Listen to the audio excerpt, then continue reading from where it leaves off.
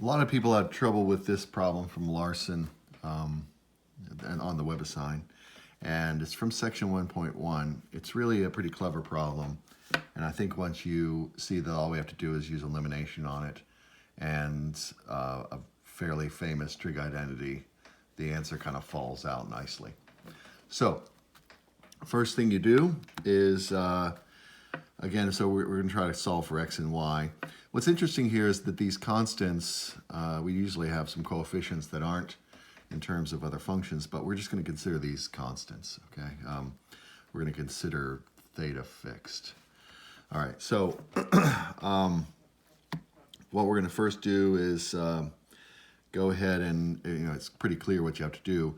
I'm going to multiply the first equation by sine of x, or sine of theta, and the second equation by cosine of theta.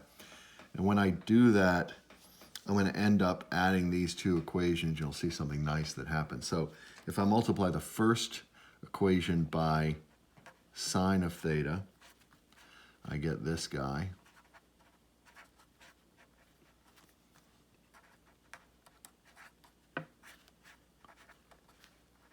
Don't forget to multiply both sides by sine of theta.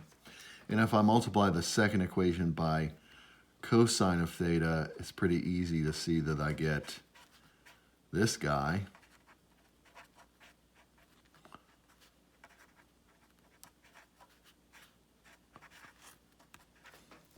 And now if I just add these two together, I'll end up eliminating this whole piece right here.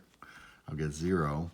And on this side, I'll get sine squared y plus cosine squared y is equal to sine of x. I mean sine of theta.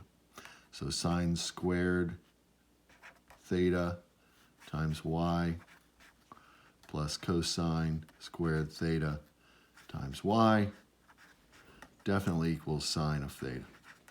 No problem, right? Now, pretty quickly you can see if I factor out the y, I get sine squared theta plus cosine squared theta must equal the sine of theta. And this is where you get to use your trig identity. That equals 1. So sure enough, y equals sine of theta. Whoa, that's nice. Now I can use either one of these two equations to find what x is. I think I just used the first one because I don't care. They're both going to work. And if I say cosine theta then times x plus sine of theta times y, we already know what y is. It's sine of theta, so that's just going to be sine squared theta is equal to 1. I'm going to try to solve for x, okay? Now you might recognize that if I have the trig identity sine squared theta plus cosine squared equals 1, theta equals 1, then I really have that kind of here. All right, this is one way to do it. A billion ways to do this problem, but this is how it jumped out at me. So cosine theta times x must equal 1 minus sine squared theta, if I just move sine squared theta to the other side. And then by that same identity, I know that this guy right here, 1 minus sine squared theta, is just cosine squared theta.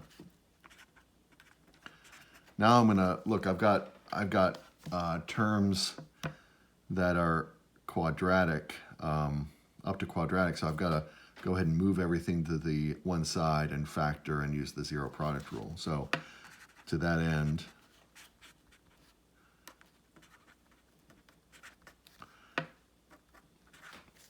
right, and then if I factor out a cosine of cosine theta, I get 1 minus, let's see, x minus cosine theta is equal to 0. Now, there are two cases here using the zero product rule.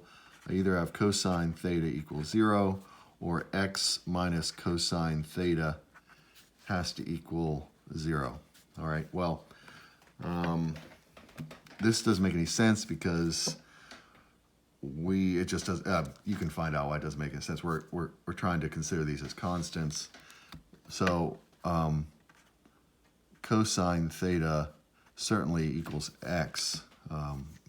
And if you go ahead and plug in up here, you're going to find out, plug into the original equations, you're going to find that out that if y is sine of theta, then, and cosine is,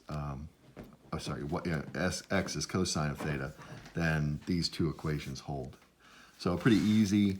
So my answer is x comma y is cosine theta comma sine of theta. And sure enough, that'll make these two equations true simultaneously. Hope that helps.